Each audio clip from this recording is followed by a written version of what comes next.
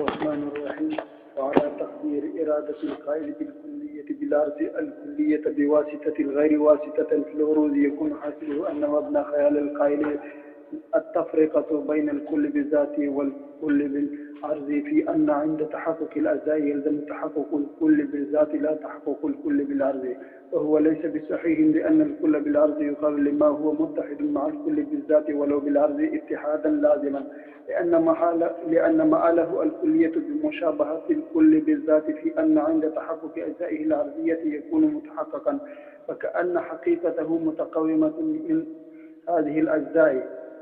والكاتب بالفعل ليس كلا بالنسبة إلى الحيوان الناطق، بل الكل بالأرض هو الكاتب بالقوة، فمنشأ عدم تحقق الكل بالأرض الذي هو القضية في هذا المقام إما عدم تحقق جزء من أجزائه الأرضية وليس إلا إدراك الوقوع فهو خلاف الإجماع، وإما عدم تحقق شرط من شروطه فيلزم القول بانفكاك الكل بالعرض من جميع أجزائه الأرضية، فهو تجويز لانفكاك الكل بالذات من أجزائه الذاتية لما عرفت من اللزوم بين الكل بالذات والكل بالعرض، وهو تصحيح للمجهولية الذاتية. فتأمل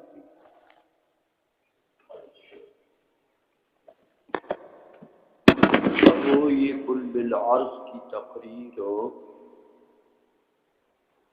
کل بالعرض سے مراد کل بالواسطہ اور واسطہ سے مراد واسطہ فی العروض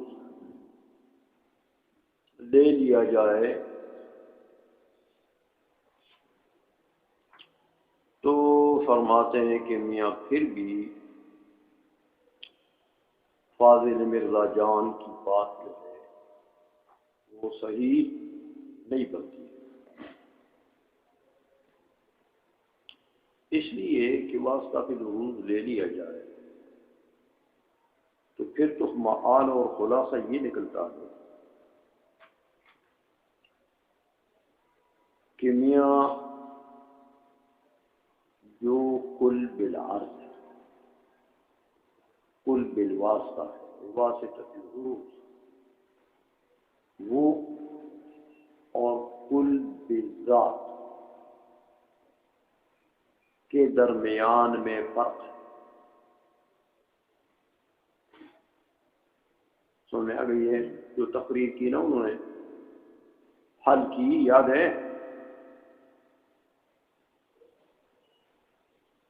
تو ان کا پھر مطلب یہ بنے گا واسطہ فی العروض لے کے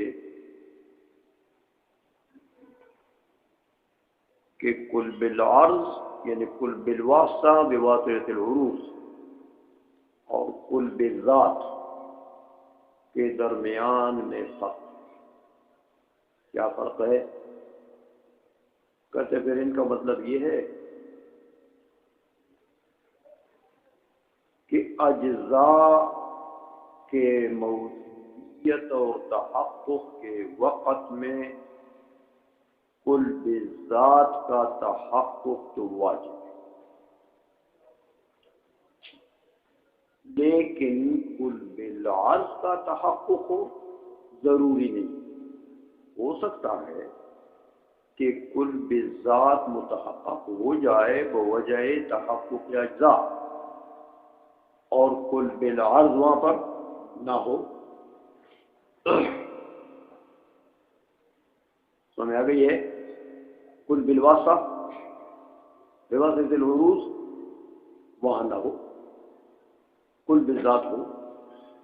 جب اجزاء کا تحقق ہو جائے تو کل بالذات کا تحقق ضروری ہے، لیکن کل بالعرض کا تحقق ضروری نہیں ہے. تو اس کا مطلب یہ ہوا کہ کل بالعرض جدا ہو گیا کل بالذات سے، کل بالذات پایا گیا اور کل بالعرض نہیں پایا گیا. یہ خلاصہ واسطہ فی العروض لے کے یہ خلاصہ نکلے گا. تو کہتے میاں ولیس بصحیح، سمجھ آئیے یہ جو معال نکلا یہ تو اس لیے کہ دیکھو میاں ہم نے پہلے آپ کو بتا دیا کہ کل بالعرض کس کو کہتے ہیں؟ کل بالعرض وہ ہوتا ہے جس کا کل ذات کے ساتھ اتحاد لزومی ہو. اگرچہ اتحاد بالعرض ہوگا سمجھائیے، لیکن کل بالذات کے ساتھ اس کا اتحاد لزومی ہوگا. سمجھ میں آ گئی ہے؟ تو مطلب کیا ہوا کہ کل بالذات ملزوم ہوگا اور کل بالعرض اس کو لازم. علاقہ لزوم کا ہوگا دونوں کے درمیان. تو جب علاقہ لزوم کا ہوگا تو پھر یہ ہو سکتا ہے کہ ملزوم ہو اور لازم نہ ہو. سمجھ میں آ گئی ہے؟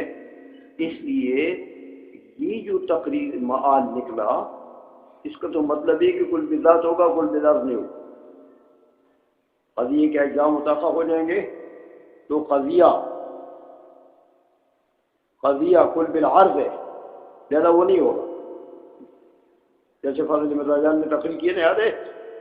وہ نہیں، وہ کل بالعرض کہہ دیا نا، تو کہتے ہیں قضیہ اس لیے نہیں ہے کہ وہ کل بالعرض. سمجھ آ گئی ہے؟ تو یہ تو مطلب یہ ہوا کہ تیرے نزدیک اجزاء پائے جائیں کل کے تو کل بالذات کا تحفظ تو ضروری ہے. تو اس قضیے کو تو تم کل بالعرض کہتے ہو، لہذا یہ نہیں. تو کل بالعرض کل بالذات سے جدا ہوا کہ نہیں ہوا؟ تو حالانکہ کل بالعرض کی تفسیر ہم کر چکے ہیں، آپ کو بتا چکے ہیں کہ کل بالعرض وہ ہوتا ہے جو کل بالذات کے ساتھ اس کا اتحاد لزومی ہو. کل بالذات ملزوم ہو اور کل بالعرض اس کو لازم ہو. تو لازم و ملزوم کے درمیان میں تو انفکاک نہیں ہو سکتا کہ ملزوم ہو اور لازم نہ ہو. سمجھ میں آ گئی ہے؟ اچھا، لہذا یہ تقریر جو ہے تمہاری اس طریقے سے تو یہ غلط ہو. یہ کہنا کہ قضیہ کل بالعرض ہے لہذا وہ نہیں پائے گے، یہ جو حل میں جواب میں، تو یہ بات تو غلط ہے. سمجھ میں آ گئی ہے؟ اب شاعری جو ہے حمداللہ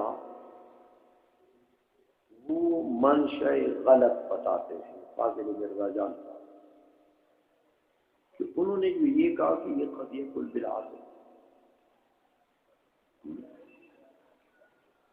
اجزاء پائے گئے قضیے کے تینوں تو قضیہ نہیں. صورت شک میں ہے، یاد ہے؟ کل بالعرض ہے. تو ایسا ہوتا ہے کہ یار کبھی کل بالعرض نہیں ہوتا، کل بالذات ہوتا ہے، اجزاء متفق ہو جائے. جیسے اس نے مثال دی کہ کل کاتب ہے، ہاں کاتب کل بالعرض ہے حیوان ناطق کے لیے، تو انسان اس کے لیے کل بالذات ہے. تو حیوان ناطق پایا جائے گا تو کل بالذات کا تحفظ تو ضروری ہے انسان کا، لیکن کاتب کا تحفظ ضروری نہیں ہے. یاد ہے؟ یہ جو انہوں نے بات کی کہ کاتب جو ہے یہ کل بالعرض ہے لہذا وہ نہیں پایا جاتا، وہ تو اس وقت پایا جائے گا جب کتابت ہو. یاد ہے؟ یہاں پر فاضل مرزا جان کا منشأ غلطی بتاتے ہیں حمداللہ. کہتے دیکھو فاضل مرزا جان نے یہ سمجھا کہ شاید کاتب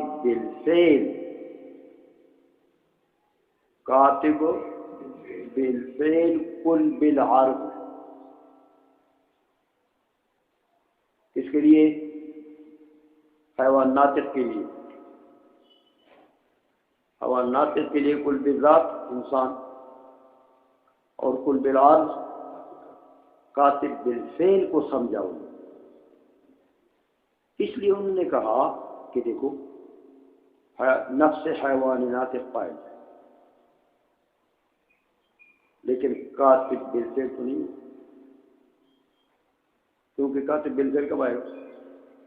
جب عروض کتابت ہوگا تو یہ کہا تھا نا، تو نفس حیوان ناطق کے موجودیت کے وقت میں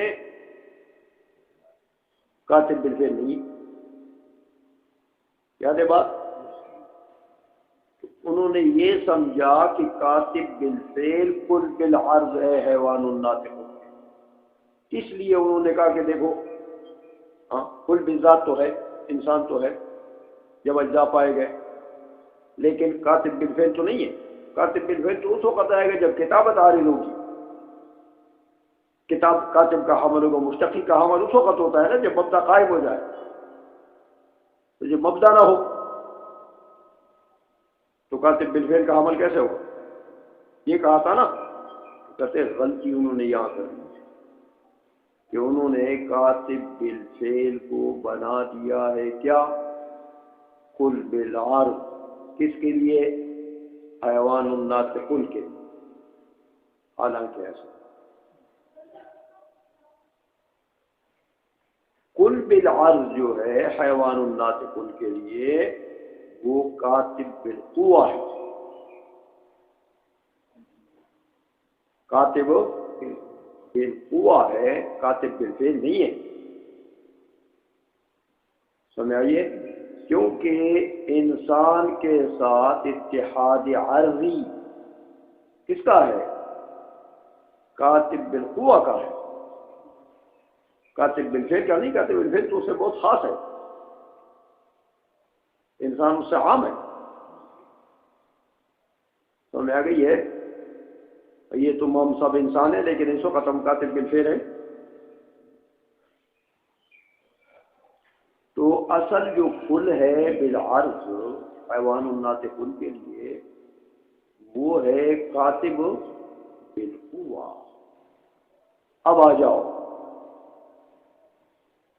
حیوان الناطق کل پایا جائے گا، اجزاء پائے گئے، تو انسان کل بالذات ہے نا، تو اس کا تحقق بھی ضروری ہے۔ لیکن یہ بتاؤ کہ جب انسان کل بالذات ہے اس کا تحقق ہو گیا تو کاتب بالقوہ کا ہوا کہ نہیں ہوا؟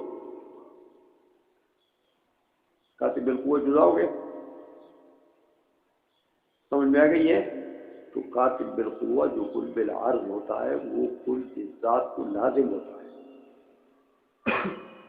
ایسا نہیں ہوتا کہ کل بالذات پایا جائے اور کل بالعرض وہاں پر نہ،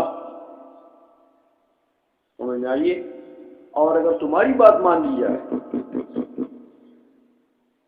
سمجھ آئیے کہ کل بالذات ہے تو کل بالعرض نہیں، سمجھ آئیے؟ تو پھر تم یہ دیکھو کل بالعرض، وہ کل بالعرض کیوں کہتے ہیں؟ اس لیے کہ اس کی مشابہت ہوتی ہے کل بالذات کے ساتھ، جیسے کل بالذات کا تحقق موقوف ہے کل بالذات کے اجزاء ذاتیہ پر، جب کل بالذات کے اجزاء حقیقیہ پائے جائیں گے تو کل بالذات کا تحقق واجب ہے، سمجھ آئیے؟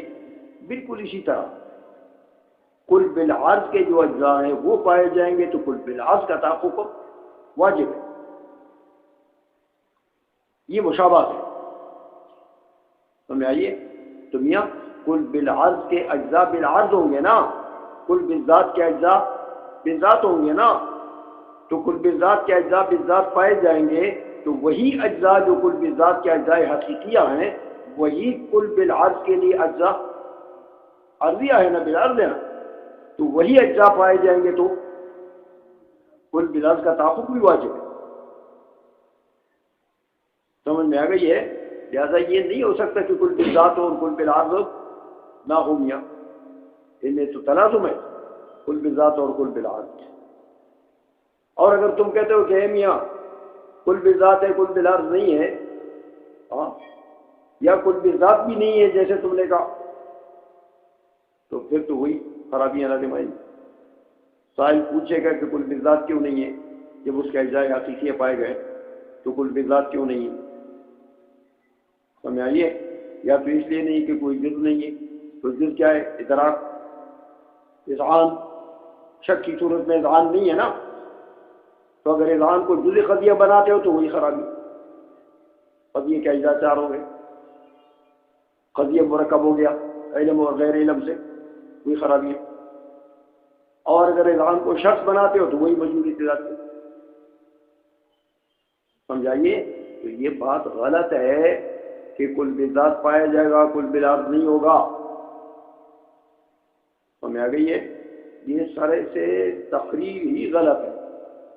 واسطہ فی العروض لے کے تو یہ فرق بنانا کہ بھئی کل بالذات کا تحقق تو ضروری ہے اجزاء کے تحقق کے وقت میں، اور کل بالعرض کا تحقق ضروری نہیں ہے، ہاں یہ بات غلط ہے۔ بلکہ کل بالذات ملزوم ہے اور کل بالعرض اس کو لازم ہے۔ اور اگر تم کہتے ہو اے میاں کہ کل بالعرض نہیں، اس کا معنی کیا ہوگا؟ کہ لازم نہیں ہے۔ لازم نہ ہو تو ملزوم ہو سکتا ہے، تو کل بالذات بھی نہیں ہوگا۔ تو جب کل بالذات نہ ہو تو کیوں نہیں ہے؟ وجہ پوچھیں گے وہ۔ اجزاء حقیقیہ تو موجود ہیں اور کل بالذات تم کہتے ہو نہیں ہے، تو کیوں نہیں ہے؟ تو یا یہ کہو گے کہ اذعان نہیں ہے، تو اذعان نہیں ہے تو اچھا اذعان جزء قضیہ ہے یا شرط ہے؟ جزء قضیہ بناتے ہو تو بھی خرابی، شرط بناتے ہو تو بھی موجود اعتراض ہے۔ سمجھ آ گئی ہے؟ تو اگر کل بالعرض کو نہیں مانتے ہو کل بالذات کے باوجود، تو یہ ناممکن ہے کہ تم کہو کہ کل بالعرض تو نہیں ہے اور کل بالذات ہے۔ کل بالذات بھی پھر نہیں ہوگا، کہ لازم جب نہ ہو تو ملزوم ہو سکتا ہے۔ سمجھ آ گئی ہے؟ تو کل بالذات ملزوم ہے، لہذا ممکن نہیں ہے کہ کل بالعرض نہ ہو اور کل بالذات۔ یہ فرق ہی تمہارے نزدیک ہو، جو تم نے کیا یہ فرق ہی غلط۔ سمجھ آ گئی ہے؟ ترجمہ کرو گے۔ وعلى تقدیر ارادۃ القائل بالکلیت بالعرض، کلیت بالعرض سے یہ ارادہ کر دینا بواسطۃ الغیر، غیر کون؟ واسطۃ فی العروض، یہ اگر لے لیا جائے تو یکون حاصل۔ پھر اس کلام کا خلاصہ یہ بنے گا کہ ان مبنی خیال القائل التفرقۃ بین الکل بالذات والکل بالعرض۔ ہاں، مبنی خیال قائل کیا چیز ہے؟ فرق کرنا ہے کل بالذات اور کل بالعرض کے درمیان میں۔ کس بات میں فرق کرنا ہے؟ کسی ان عند تحقق الاجزاء، کہ جب اجزاء متحقق ہو جائیں تو یلزم تحقق الکل بالذات، تو کل بالذات کا تحقق تو لازم، لیکن لا تحقق الکل بالعرض، کہ اجزاء متحقق ہو جائے تو کل بالعرض کا تحقق لازم نہیں ہے۔ یہ تفریقہ کرنا ہے۔ تو کہتے میاں وہو لیس بصحیح، یہ تفریقہ تو غلط ہے کہ لأن الکل بالعرض یقال، کل بالعرض کس کو کہتے ہیں؟ لما هو متحد مع الکل بالذات۔ سمجھئے؟ جو کل بالذات کے ساتھ ہو، متحد ہو، ولو بالعرض، اگر کہ اتحاد عرضی ہوگا، لیکن کون سا اتحاد؟ اتحادا لازما، اتحاد لزومی ہوگا، یعنی کل بالعرض لازم ہوگا کل بالذات کو، لأن مآلہ الکلیت بمشابہۃ الکل بالذات، ہاں کیونکہ مآل کلیت بالعرض کا کیا ہے؟ ہاں اس کا مآل کیا چیز ہے؟ بمشابہۃ الکل بالذات، کہ کل بالذات کے ساتھ اس کی مشابہت ہے۔ میاں کس بات میں؟ فی ان عند تحقق اجزائہ العرضیۃ، اس بات میں کہ جب وہ متحقق ہو جائے اجزاء عارضیہ اس کے، تو یکون متحقق، تو کل بالعرض بھی متحقق ہو۔ تو فکأن حقیقتہ متقومۃ من هذه الاجزاء، گویا کہ کل بالعرض کی حقیقت متقوم ہے انہی اجزاء سے۔ بس اب وہ منشأ غلط بیان کرتے ہیں کہ فاضل مرزا جان نے جو یہ فرمایا تھا حل میں کہ کل بذات تو اجزاء کے تحفظ کے وقت کل بذات کا تحفظ ہوتا ہے ضروری، کل بالعرض کا تحفظ ضروری نہیں ہے۔ تو یہ انہوں نے کیوں کہا؟ کہتے ہیں یہ اصل میں بات یہ ہے کہ والکاتب بالفعل لیس کلا بالنسبۃ الی الحیوان الناطق، انہوں نے کل بالعرض بنا دیا کس کو؟ کاتب بالفعل کو۔ سمجھ آئیے؟ یہ تو ایسا تو نہیں ہے میاں، بل الکل بالعرض هو الکاتب بالقوت، حیوان ناطق کے لیے کل بالعرض کون ہے؟ کاتب بالقوہ۔ سمجھ آئیے؟ فمنشأ عدم تحقق الکل بالعرض، ہاں تو منشا جو ہے عدم تحقق کل بالعرض کا الذي هو القضیۃ فی هذا المقام، وہ جو انہوں نے کہا تھا کہ قضیہ نہیں ہے، تین اجزاء ہیں بصورت شک لیکن قضیہ نہیں ہے، اس لیے فرماتے ہیں وہ قضیہ اس مقام اما عدم تحقق جزء من اجزاء العرضیہ، کل بالعرض کے اجزاء عرضیہ میں سے یا تو کوئی جز نہیں ہے اس لیے کل نہیں ہے، اور وہ اگر جز نہیں ہے تو جز کون سی چیز ہے؟ ولیس الا ادراک الوقوع، وہ جز تو صرف ادراک ہی ہو سکتا، تو اگر اس کو جز بناتے ہو فهو خلاف الاجماع، یہ تو اجماع کے خلاف۔